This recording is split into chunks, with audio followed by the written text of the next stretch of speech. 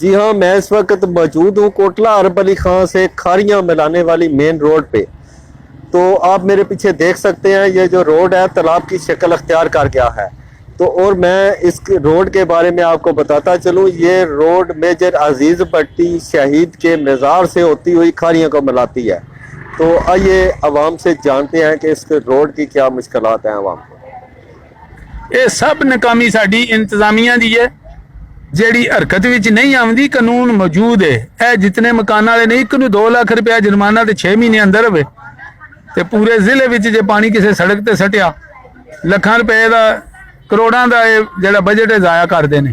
ਹੁਣ ਵੀ ਇਹ ਵੋਟਾਂ ਵਾਲੇ ਜਿਹੜੇ ਸਾਡੇ ਨੁਮਾਇੰਦੇ ਨੇ ਨਾ, ਉਹ ਆਂਦੇ ਨੇ ਬੰਦਾ ਨਾ ਗੁੰਮ ਜਾਏ, हुकूमत भावें उड़ जाए बंदा ना गुमे। ਤੇ ਜੇ ਇਹ ਅੱਖਾਂ ਕੱਢ ਕੇ ਉਹਨਾਂ ਨੂੰ ਆਖਣ ਡੀਸੀ ਸਾਹਿਬ ਨੂੰ जनाब तुहाडे इख्तियारात च एसी साहब अपनी टीम नूं लियावन, इन्हां नूं दसन भाई पानी तुसी वेड़े दा जिहड़ा नाले बने ने उन्हां नूं साफ करो, सड़क ते सट्टण दा के तोके। पूरी दुनिया दे विच किधरे भी कोई सड़क तो ऊंचा जिहड़ा मकान नहीं, उहदी निकासी दा इंतजाम है।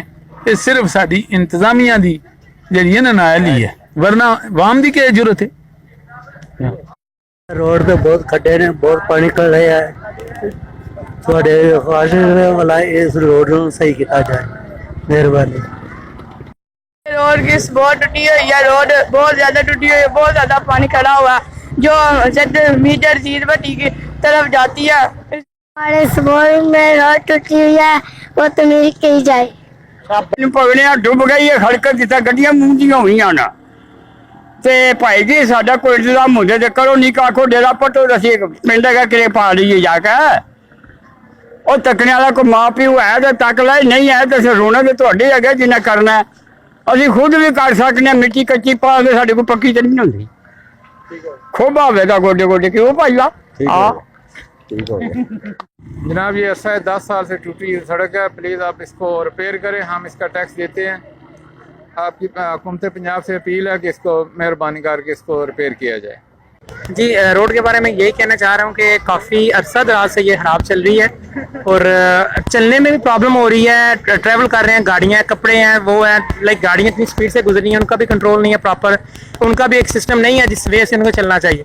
और दूसरी बात यह है कि वो पब्लिक रूल को इस तरह फॉलो नहीं कर रहे कि जिसकी वजह से हमें सड़क का ये लॉस भी उठाना पड़ रहा है कि इस पर पानी की वजह से छींटे पड़ रही हैं, कपड़े खराब हो रहे हैं। आपसे रिक्वेस्ट है, अपील है कि प्लीज़ इसकी तरफ फोकस किया जाए और इसको जल्द अज जल्द बेहतरी के लिए।